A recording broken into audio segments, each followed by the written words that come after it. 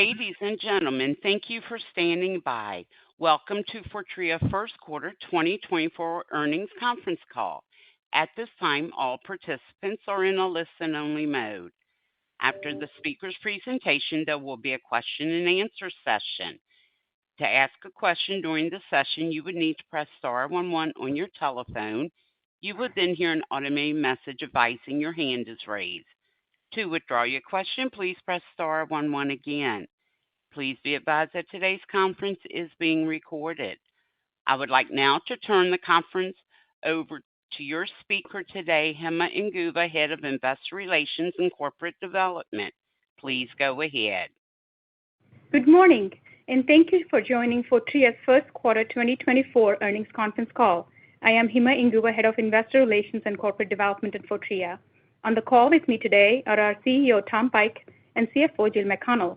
The call is being webcasted, and the slides accompanying today's presentation have been posted to the Investor Relations website, Fortrea.com. During this call, we'll make certain forward-looking statements within the meaning of the Private Securities Litigation Reform Act of 1995. These statements are subject to significant risks and uncertainties that could cause actual results to differ materially from our current expectations. We strongly encourage you to review the reports we file with the SEC regarding these risks and uncertainties, in particular those that are described in the cautionary statement concerning forward-looking statements and risk factors in our press release and presentation that we posted on the website. Please note that any forward-looking statements represent our views as of today, March 13, 2024, and that we assume no obligation to update the forward-looking statements even if estimates change. During this call, we'll also be referring to certain non-GAAP financial measures. These non-GAAP measures are not superior to or replacement for the comparable GAAP measures, but we believe these help investors gain a more complete understanding of our results. A reconciliation of such non-GAAP financial measures to the most directly comparable GAAP measures is available in the earnings press release and earnings call presentation slides provided in connection with today's call. With that, I'd like to turn it over to our CEO, Tom Pike. Tom? Good morning. I appreciate everyone joining this morning. We have a good deal of ground to cover, so let's get into it. In summary, the environment for and reception of Fortrea's clinical services offerings remains strong and is good enough to meet our growth ambitions. Post-spin book-to-bills are adequate for growth so far, and our pipeline is good. Revenues are returning more slowly than planned, and we're addressing it. The rest of our transformation is on track. The work we're doing transforming the business is building momentum for 2025, and we expect to be beyond the complexities of the spin and historical challenges. So let's dive deeper into the growth environment. The drug development landscape remains attractive. Biotech funding had a nice first quarter, leading to optimism for the sector, which is good for CROs. The demand for Fortrea's services is good and improving. At Fortrea, we are building a distinctive CRO that's agile and innovative to help our customers with drug development. My leadership team and I have spent a lot of time with customers this quarter, and customers are responding well. We are spending time on and improving how we interact with customers of all sizes. We call this our commercial transformation, but the positive response is also due to the investments we're making. Our opportunity pipeline has grown versus the prior quarter, both in terms of quantity, up mid-single digits, and up solid double digits on a dollar value basis across the clinical business. We are seeing some potential for new or expanded relationships with larger firms. We've had some very attractive wins since we spun and interesting ones this quarter. Let me share a few examples of some wins. We won a large phase 2 neuroscience study with a large pharma customer. This award was meaningful both for its size and patient impact, spanning North America, Europe, and Asia Pacific. This award and others confirm that our continued investment and commitment to expanding our neuroscience therapeutic area is working. We're known for our experience in oncology, and we're earning repeat business. We were awarded a large oncology program by a mid-sized pharma company based on our delivery of its first oncology molecule. We have good access to large and mid-sized pharma who understand the advantages of our ideal scale. In clinical pharmacology, we were awarded the largest study since Dr. Oren Cohen joined about 7 years ago to lead this business. The award was based on our medical and scientific expertise in a sophisticated, exciting therapeutic area. Dr. Cohen is leading from the front with customers. Two other things I should highlight before I move on from our demand situation. First, I want to share that we're at the table in some key partnering discussions. We need to show success this year on these kinds of opportunities to meet our goals. We're already being viewed differently than in the past, competitive with the larger CROs. Second, while the Fortrea brand is relatively young, our pipeline and mix of opportunities is attractive and growing. Our plans are to make the pipeline larger as the brand becomes more widely known. This quarter, we continue to advance our differentiation in the market. Our site advisory board has grown in membership and globality, providing us with insights that we're applying to improve site performance for customers. Our customers are responding well to our technology and data partnering and innovation. In addition to these investments in differentiation, we kicked off additional efforts to improve operational effectiveness and operating margins over time. We're excited about these improvements and believe they will also translate into a better experience for our customers. We remain committed to bringing the margins of Fortrea in line with peers. While we fell short of our targeted book-to-bill of 1.2 for Q1, I'm still pleased that we're averaging over 1.2 book-to-bill since we spun, with a good mix. Note that I've said our commercial transformation will take a year. As we told you in January, we had a tough start to the quarter, and we hoped we could still deliver on our target on our last call. Unfortunately, a couple of transactions made the difference. Q1 behind us, given the size and quality of our pipeline, we see no reason we cannot achieve a book-to-bill of 1.2 or greater in coming quarters. As you've seen in our guidance, we believe now we will have slower revenue burn than initially forecast. Our analysis is that this is a timing issue. To address this, we put a program in place to track every win in detail and use the power of our team to accelerate from award to first patient enrolled to drive faster overall delivery. Our team is working hard to minimize the impact of less planned revenue in our organization and financials. While the top priorities are winning business, customer delivery, and getting out of these burdensome TSAs, given our situation, we're pushing even harder on expense controls and cost improvements in operations and SG&A. We continue to analyze options to improve the capital structure we inherited. We made 2 planned changes this quarter, which we noted in a filing on Thursday. Our lenders are very supportive of us. We continue to methodologically work through the books and accounts we inherited from the spin. Our accounting team, with consultants, went very deep this quarter. We're trying to push such spin-related issues behind us. We feel confident about the progress we're making transforming the organization and exiting TSAs. We continue to make strong progress and partner with our former parent effectively. Let me ask you to listen closely to Jill, as we had a lot going on this quarter. Listen knowing that our pipeline of opportunities is strong. We're on track with our operations and cost structure improvements. Our hardworking team expects to build momentum through the year and to be clear of these spin-related tactical issues in 2025. We not only expect better results in 2025, but greater clarity and predictability. Jill, over to you. Thank you, Tom, and thank you to everyone for joining us today. The company is in the process of completing its unaudited interim condensed consolidated and combined financial statements for the first quarter ended March 31st, 2024. Accordingly, the financial information included herein may be subject to further adjustments, which we would expect to be immaterial. Before covering the detailed financial elements of the quarter, I want to take a moment to reinforce some of the things we're doing to position the company for success over the medium to longer term. We're taking action to improve our capital structure. We're also making progress on our transformation program to enable us to reduce our operating expenses and to deliver projects faster and more efficiently for our customers. All of these initiatives are intended to position us to deliver the financial performance we want as we move forward. I'll provide more detail on these later. There is a fair amount to cover in my remarks, so I will take you through things in this order. First, financial results for the continuing operations of Fortrea, including some changes to our financial reporting this quarter. Second, a brief summary of the proposed divestiture and progress towards closure. Third, recent actions we have taken to bolster our capital structure. Fourth, our progress on transformation, margin expansion, and expectations for 2025. And finally, our revised outlook for 2024. As you've seen in the press release and heard in Tom's remarks, our first quarter results primarily reflect the softness we have previously indicated relative to the mix and lower net new business awards won during the year prior to the spin late in June of last year.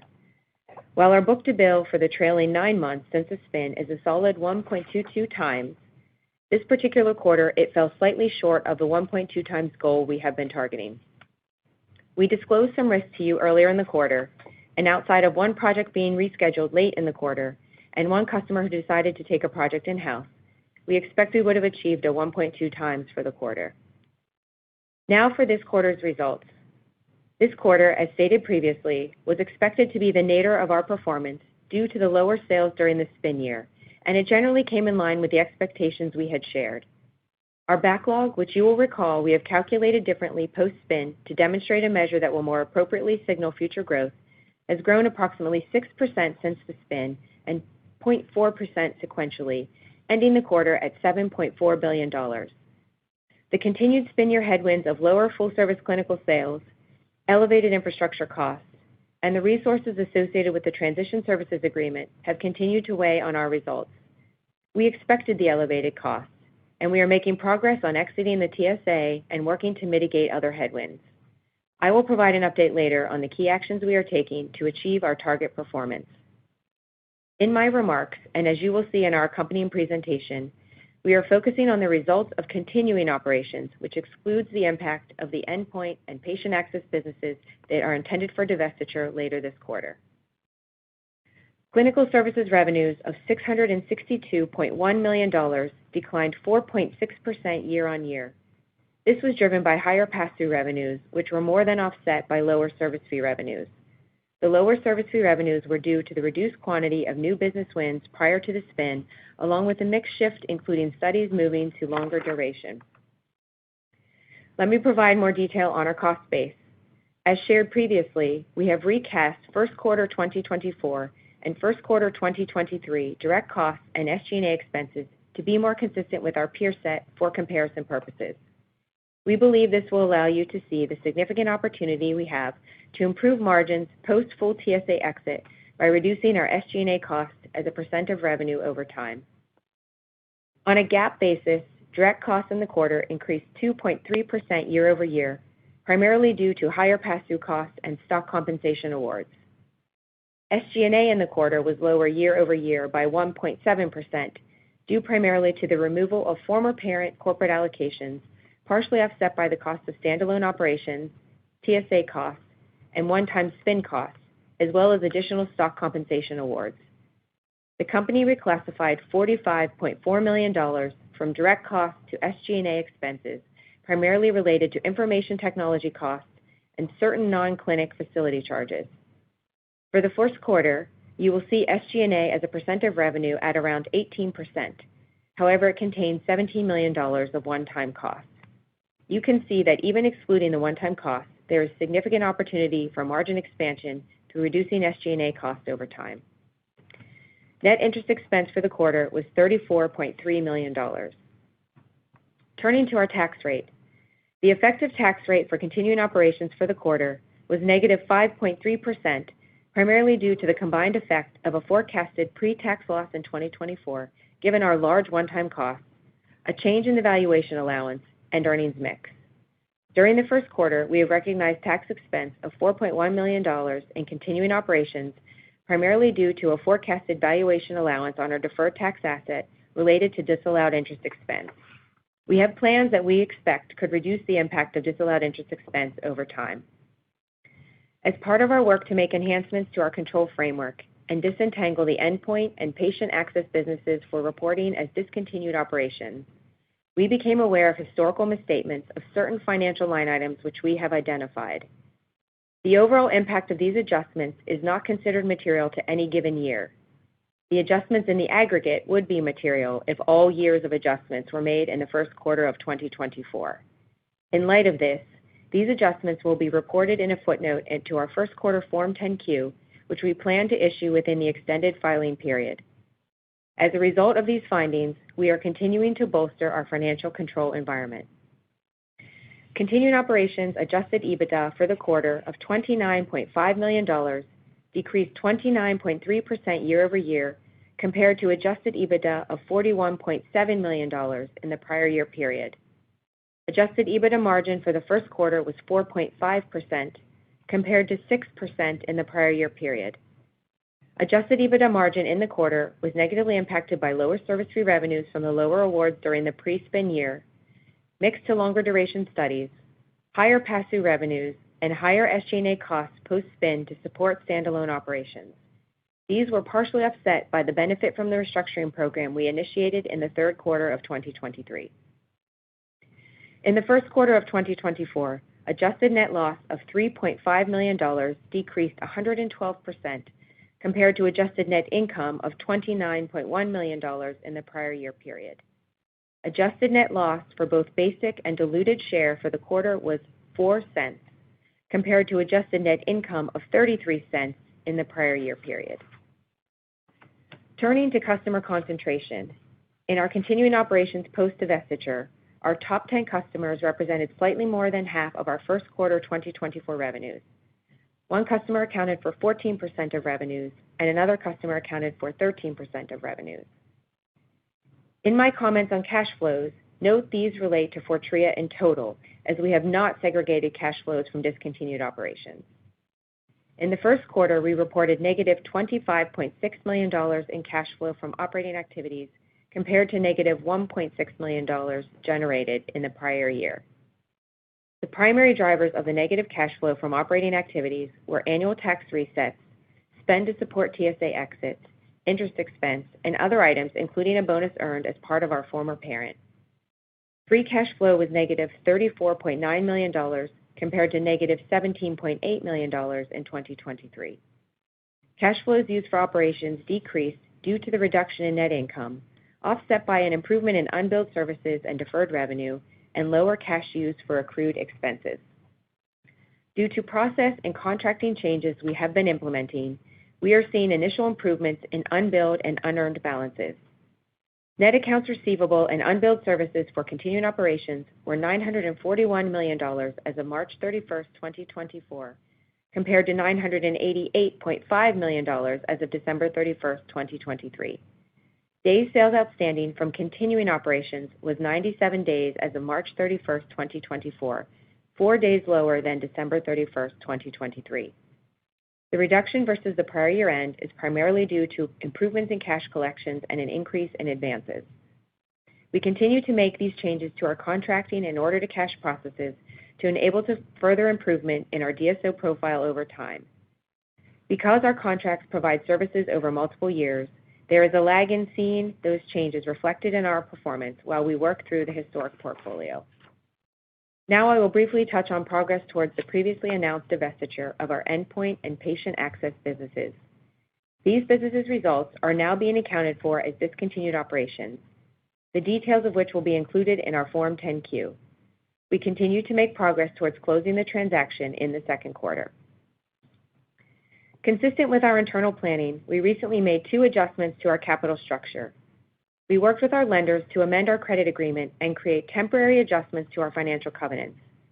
Our maximum total leverage ratio was increased from 5.3 times to 6 times, and our minimum interest coverage ratio was reduced from 2 times to 1.7 times.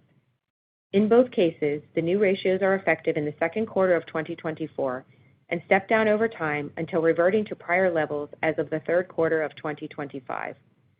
We intend to update the presentation posted on our website in connection with this call to include the trailing 12-month adjusted EBITDA measure used for leverage calculations for continuing operations after we file our Form 10-Q. Recall that under our credit agreement, we have additional add-backs beyond our adjusted EBITDA results, including public company costs, spin-related costs, and the pro forma benefits from cost savings initiatives. We expect that we will remain fully compliant for the first quarter of 2024 and for the foreseeable future. We have also executed a receivables purchase agreement to sell a portion of our receivables on a recurring basis, and will use the proceeds to pay down higher-rate term loan debt to reduce our ongoing interest expense.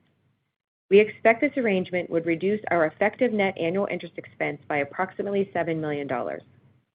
We intend to fully utilize this facility, with the initial sale occurring before the end of the second quarter. Note that in connection with entering this facility, we terminated our existing factoring arrangement. Upon closure of the proposed divestiture, we will apply 100% of the net proceeds from the sale of the endpoint and patient access businesses to pay down a portion of our term loan debt, which will also improve our covenant ratios and reduce ongoing interest expense. Our capital allocation priorities are unchanged, focusing on infrastructure investments for the timely exit of the transition services agreement, targeted investments to drive organic growth, and debt repayment. Our target for net leverage ratio continues to be 2.5 times to 3 times over the medium term. Now I will provide an update on our transformation program.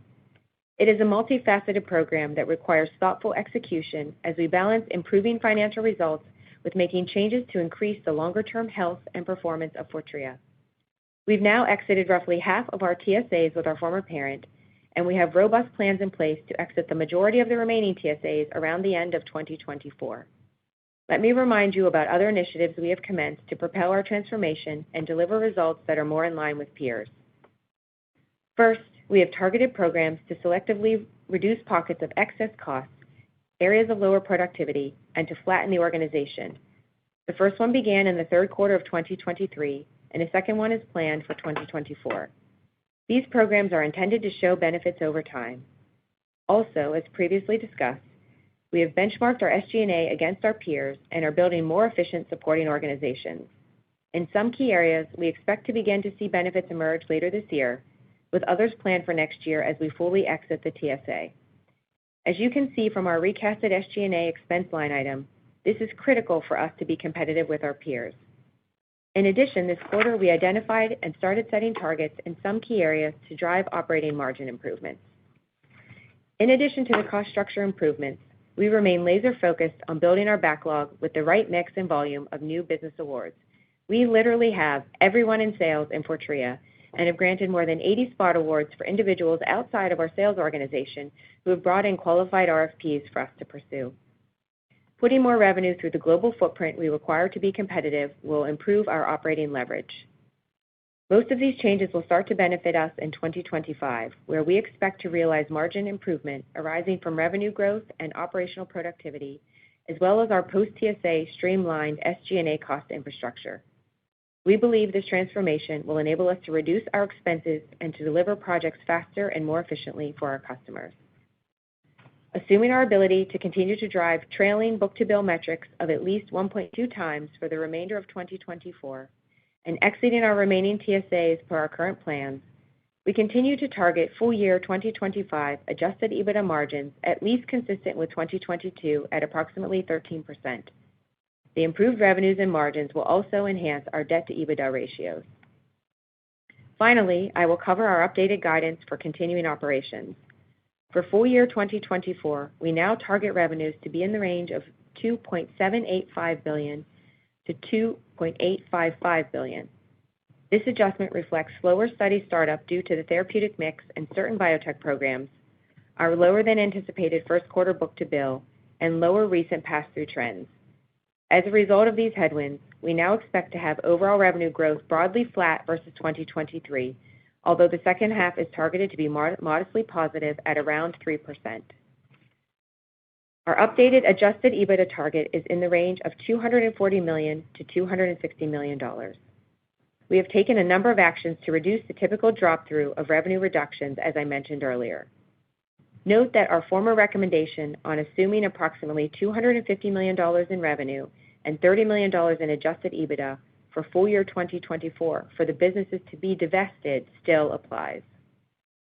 Fortrea's leadership team brings a wealth of experience and is delivering innovative solutions to improve efficiency in clinical development. Our clinical services offerings are resonating with our customers, where we are being invited to conversations that weren't available previously. As a pure-play CRO, we will be focused on implementing our transformation initiatives and are poised to become a leader in the industry to capture the substantial margin expansion opportunity that lies in front of us. Now I'll turn it back to Tom for the remainder of his remarks. Thanks, Jill. We're roughly at the midpoint of an 18-month transition period after our spin. While there are challenges, the returns for going on this journey, whether as a customer, an employee, or an investor, are very attractive. Fortrea can deliver innovations to customers while growing and improving margins in ways unmatched in our segment of the industry. We have a good pipeline that should deliver us solid book-to-bills in the future and will enable a return to growth. Customers are responding well to our offerings. We have a strong team making progress with our transformation. That includes more innovation, better customer delivery, exiting the TSAs with our former parent, reducing SG&A costs, and ensuring we have strong financial internal controls. We are getting it done. We're taking a solid division of a larger company with historical roots in one of the leading CROs, Covance, and transforming it into a distinctive CRO that becomes the favorite choice for customers. I'm encouraged by the tenacity of the Fortrea team. We work very hard. We have great experience and skill. We're attracting great people.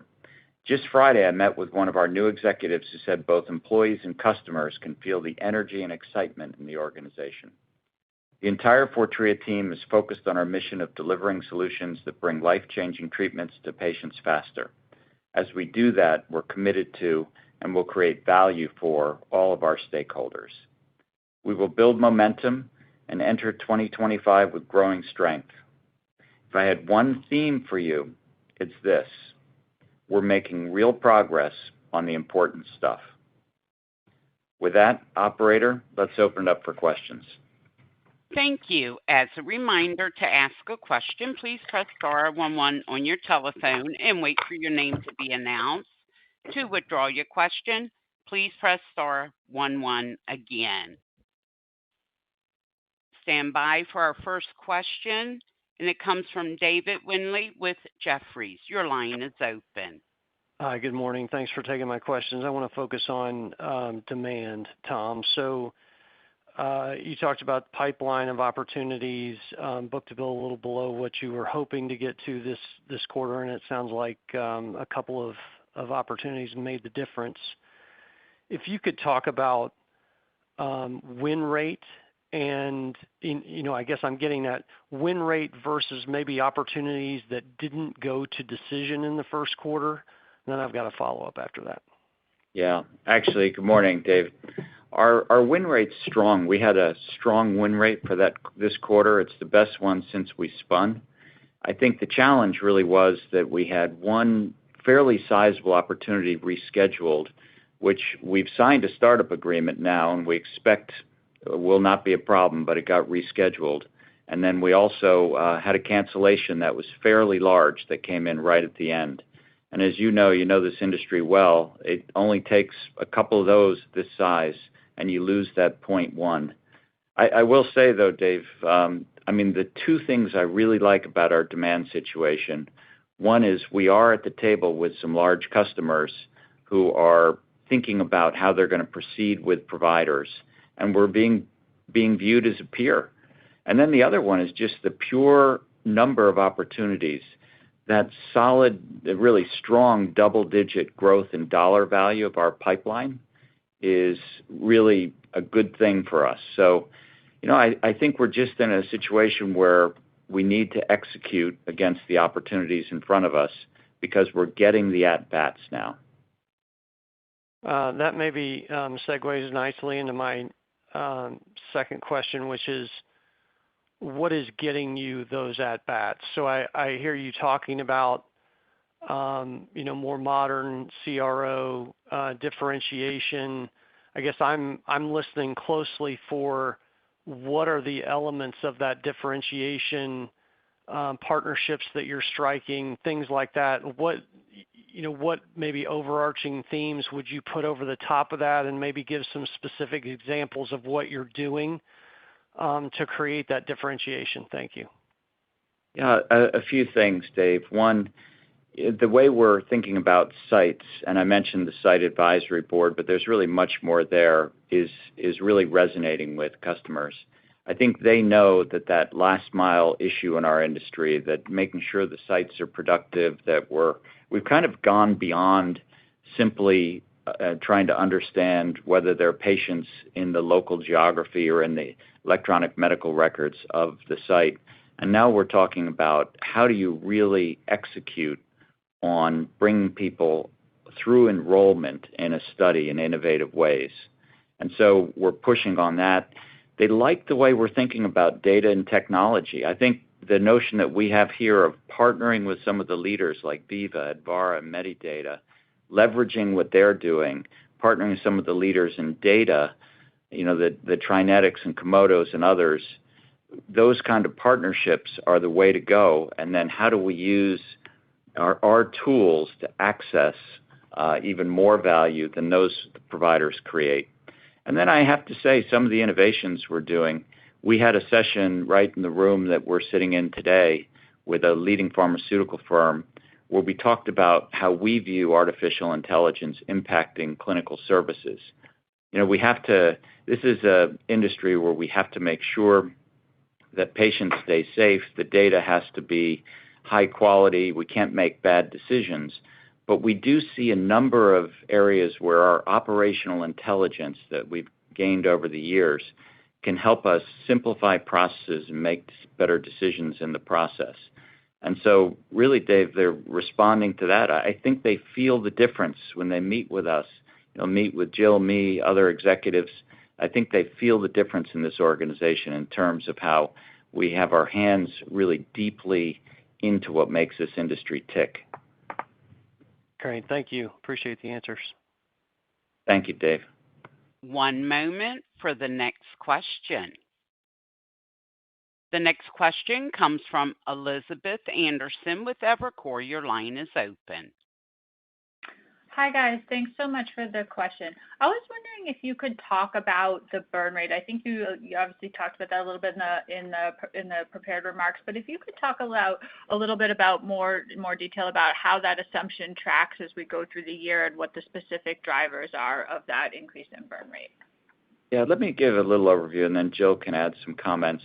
I think, I've been in this industry for a long time, and we use heuristics to think about how quickly new opportunities burn that are based on the experiences we all have. And there's this general view that new sold business burns in 6 to 9 months. I think what we found here with the mix we have, with the amount of oncology that we do here, plus we do a lot of biotechs. We've talked about it before, Elizabeth, that we're 50% biotechs.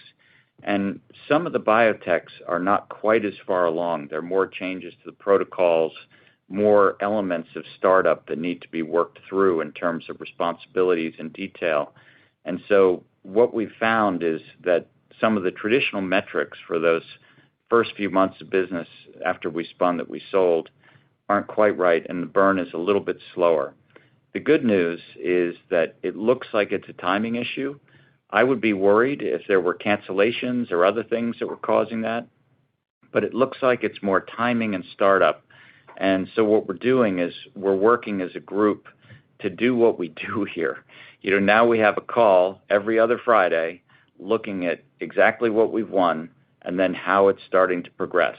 And, we will try to do what we can to help teams, whether it's through leadership relationships, whether it's through tactical changes, to help them speed things up. So, Jill, I don't know if there's much to add to that. I don't think there is, Tom. I think it's that you've described the environment well, and we do expect as we continue to build the net new business awards over time, it will start to pick up and the momentum will pick up, but it's probably going to take a little bit for us to get to that point later next year, more so into 2025. Got it. That makes sense. And I appreciate your comments about the timing impact and the sizable agreement that got rescheduled and is now signed. Would you say in terms of if we're thinking about like the second quarter in April and May, that those comments in terms of like the broadly increasing momentum and what you said about the RFP flow, how would you characterize that having flowed into the second quarter? Yeah, I mean, we'll probably say the same words. If we execute against the pipeline we have, we should be able to meet our targets.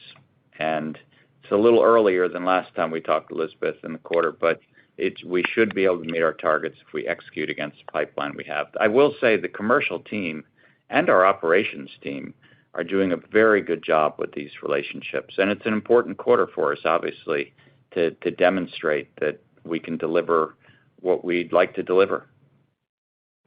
Makes sense. Thanks for the color. Thank you. One moment for the next question. Next question comes from Patrick Donnelly with Citi. Your line is open. Hey, guys. Thanks for taking the questions. Jill, maybe one for you first. Just on the margin side, you're still talking about the exit rate at 13% getting into year-end. Can you talk about the path there, both on the gross margin side and the SG&A and just the confidence level given obviously this quarter came in a little light, but the margin still look pretty good. So can you just talk about the path to that 13% exit? Thank you. Yeah, sure. Thanks for the question. It's really about one quarter that's going to come through on the cost actions, particularly around SG&A, some of the changes that we've made there and the programs that we've put in place to improve the productivity. And the other 3 quarters is going to come from leverage on the modest revenue growth that we see in the second half, because we don't believe that we need to add resource to support that growth to any great extent, given that as we've said before, we've held on to the infrastructure that we have. You need that to be competitive on a global basis. So most of that revenue can drop through pretty strongly. So that's how we'll see us get from where we are this quarter to the end of the year. Okay, that's helpful. And then Tom, maybe just one more on the demand side. It sounds like, again, RFPs are pretty healthy. The win rate seems like it's in a good place. And to your point, you've been in this industry a long time. Did it just come down? So again, that's kind of 1 contract, 2 contracts at the end. You sounded pretty good in mid-March about hitting that 1-2. So again, is it just that the back the book and bill, you're still a smaller company relative to some others, and it's just a little lumpier with 1 or 2 contracts? It sounds like, again, you sound pretty good on the demand environment and the path to staying above 1-2 going forward. So just wanted to talk through that a bit. Thank you.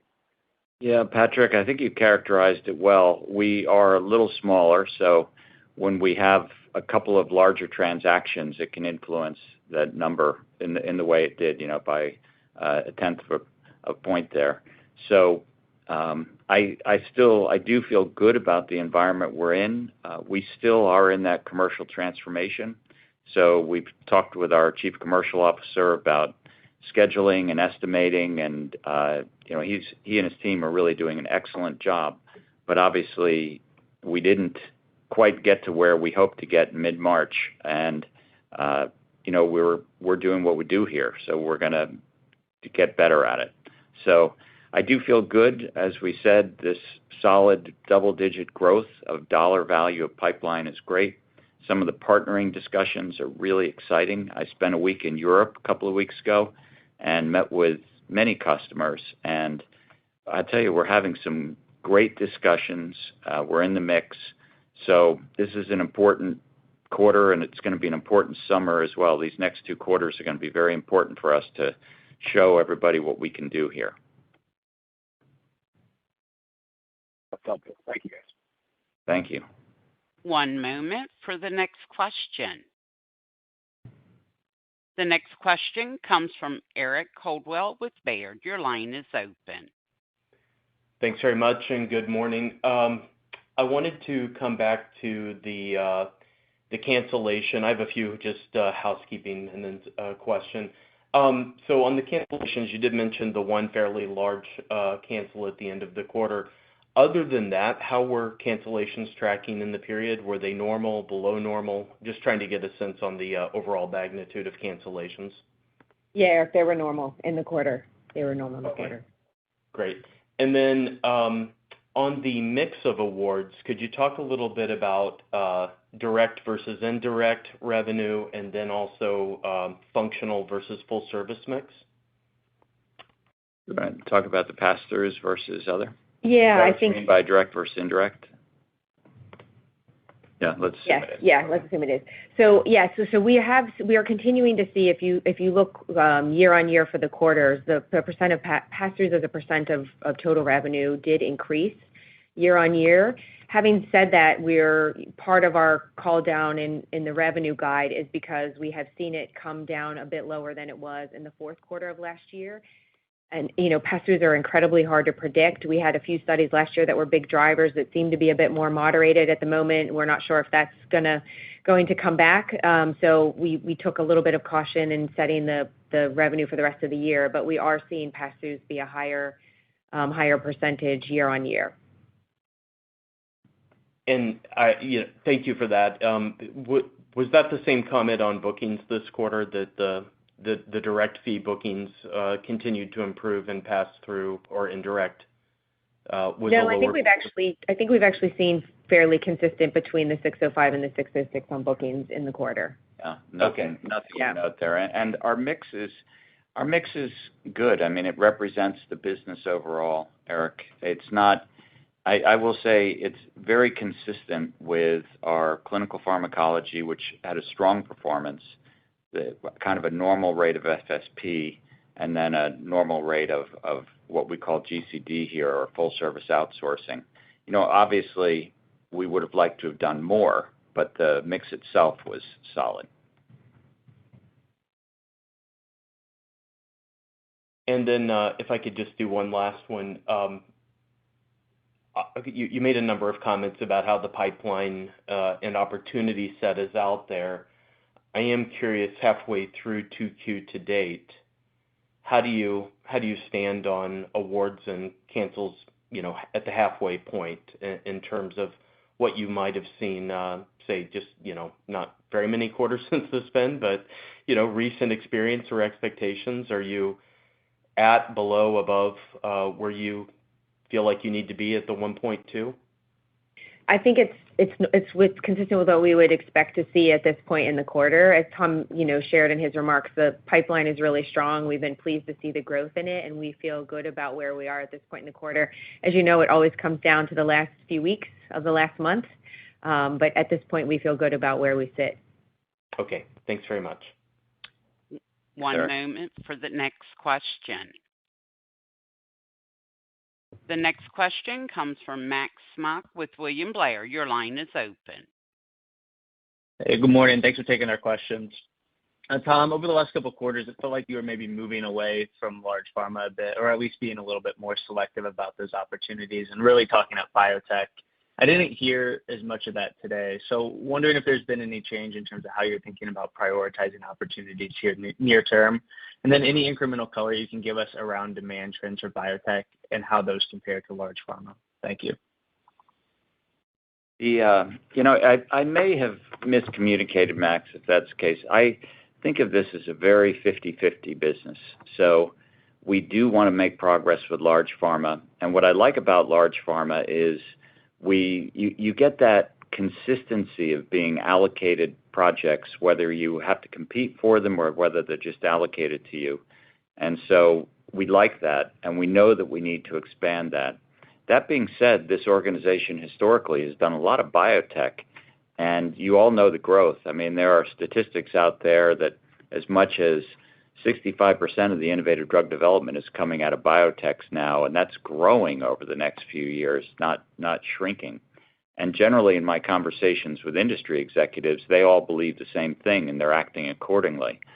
So we're going to keep going after biotech. In fact, we're trying to enhance our biotech offering. I hope to have something to announce on that. I'm going to be doing a panel at Bio and hope to have something to announce on that over the next few weeks.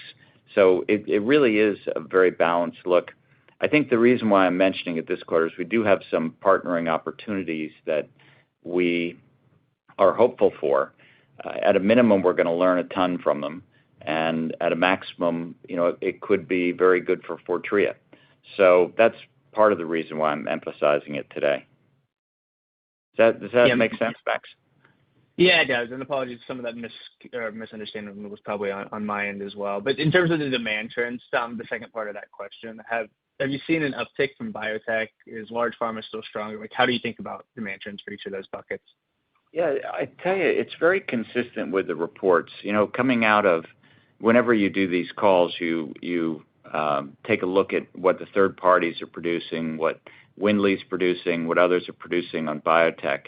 And it's very consistent what I think, for instance, Dave is reporting, that it's a solid picture. It's not something where every box is being checked in terms of financing. But we certainly are seeing biotechs that we work with get funded, and we're seeing continuing opportunities. We're still screening them carefully. We talk about that quite a bit because some of them will want to work with us contingent on funding, and so we're reluctant to do that. But we are seeing a solid funding picture and solid health and opportunity there, and some very innovative products, to be frank about it, too. So. It's helpful. Thank you, Tom. And maybe just sneaking a quick follow-up in there. On pricing dynamics, any commentary around how those have changed over the last couple months? Are you seeing customers become even more price sensitive? And do you have competitors out there that are starting to compete more aggressively on price here over the last couple of months? It's funny. Customers have been price competitive since I've been in this industry, so it makes me smile to hear that. So they're always price competitive and very proud of it. But that being said, and I'm talking big pharma in particular there, but that being said, there's nothing particularly new there. I do think the largest FSP is becoming very competitive. So I will say that sometimes we participate in larger FSPs, sometimes we don't, but it's becoming very competitive. And certainly, we're all keeping an eye on the private CROs. What we're hoping is that everyone understands that disciplined pricing is good for the entire industry, but we're keeping a close eye on it, Max, because we've seen a couple of examples where it looks like work's being purchased or bought. So we're keeping a close eye on it. What Jill and I always say, though, is in general, a lot of our customers will throw out the highest bid and the lowest bid if they're too far off because they feel like something may be wrong. And so there's this band that I think we all want to optimally price in where we can be successful financially and we can deliver them a good result without a lot of change orders. And so, that's the band that we try to be in, the one where both sides win and where we don't have to change order our way out of some project. Got it. Thank you again for taking our questions. Thank you, Max. One moment for the next question. The next question comes from Michael Ryskin with Bank of America. Your line is open. Great. Thanks for taking the question, guys. One quick one for you, Tom, to start, and then a follow-up for Jill. On the big project delay in the quarter that you called out, obviously, I think timing's probably hard to call here, but is that, a couple of weeks, a couple of months delay, or is that slipping into 2025? Do you have any clarity on when that might come through, just because it seems, relatively material on its own? Well, the one is, I think that we would expect that we would sign the one that slipped out of last quarter, this quarter, and complete Okay. that. And as I said, we signed a startup agreement with them. So I think that's progressing along. And, Okay. Again, one deal doesn't make or break this place. So it's not as if it's so large that it makes or breaks it. But it was enough that between that and that fairly large cancellation, just the two numbers alone caused that miss. So those two transactions alone. So that's why we call it out, because generally the health of the pipeline is good and we're doing a lot of transactions. It's just that when you have a couple of larger ones that you thought were on track, that's what happens. Okay, great. That's helpful. And Jill, a follow-up for you. I think just kind of going back to the point, something that Patrick, I think, asked you about earlier, just with all the moving pieces, with the fact that the divested assets are now out of the model, and you talked about, reclassifying some of the costs, just thinking about the difference between the gross margin, SG&A and EBITDA lines as we go through the year. Obviously, you've got that steep ramp to sort of hit that exiting the year at roughly 13%. So, should we be thinking that gross profit, gets you part of the way there, but the majorities really should be coming from the SG&A line?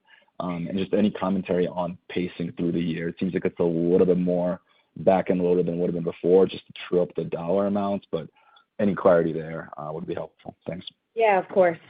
So actually, we do think that we think it will actually come more from gross margin improvements, which are kind of driven from the modest increase in revenue growth. So, getting to about 3% in the back half compared to where we are in the first half, with essentially the same size of operational footprint.